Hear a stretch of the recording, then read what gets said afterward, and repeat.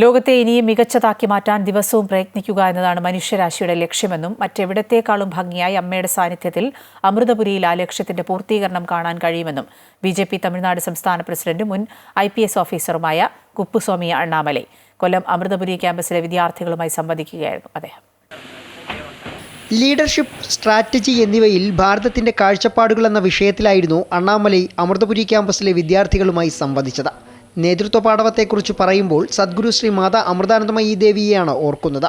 ലളിതമായ ഒരു ആലിംഗനത്തിലൂടെ ഒരാളുടെ സകല ദുഃഖങ്ങളും അമ്മ തൻ്റേതായി സ്വീകരിക്കുന്നത് എങ്ങനെയാണെന്നോർത്ത് അത്ഭുതപ്പെട്ടിട്ടുണ്ടെന്നും അദ്ദേഹം കൂട്ടിച്ചേർത്തു.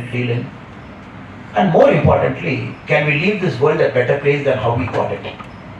So I'm very, very sure all the lucky young souls who are here in this very blessed land, over the next 30, 40, 50 years in Bharat's journey, you will have that opportunity to reshape, to put India, Bharat back into the place where we once belonged.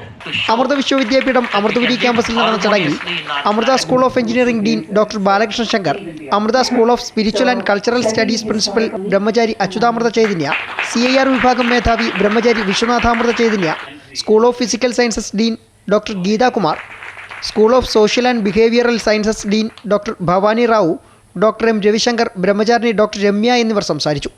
Mata Amritanandamayi മഠത്തിലെത്തി Sadhguru Shri Mata Amritanandamayi ദേവിയുമായി കൂടിക്കാഴ്ച നടത്തിയ ശേഷമായിരുന്നു അണ്ണാമലൈ മടങ്ങിയത്. Amrita news, കൊല്ലം.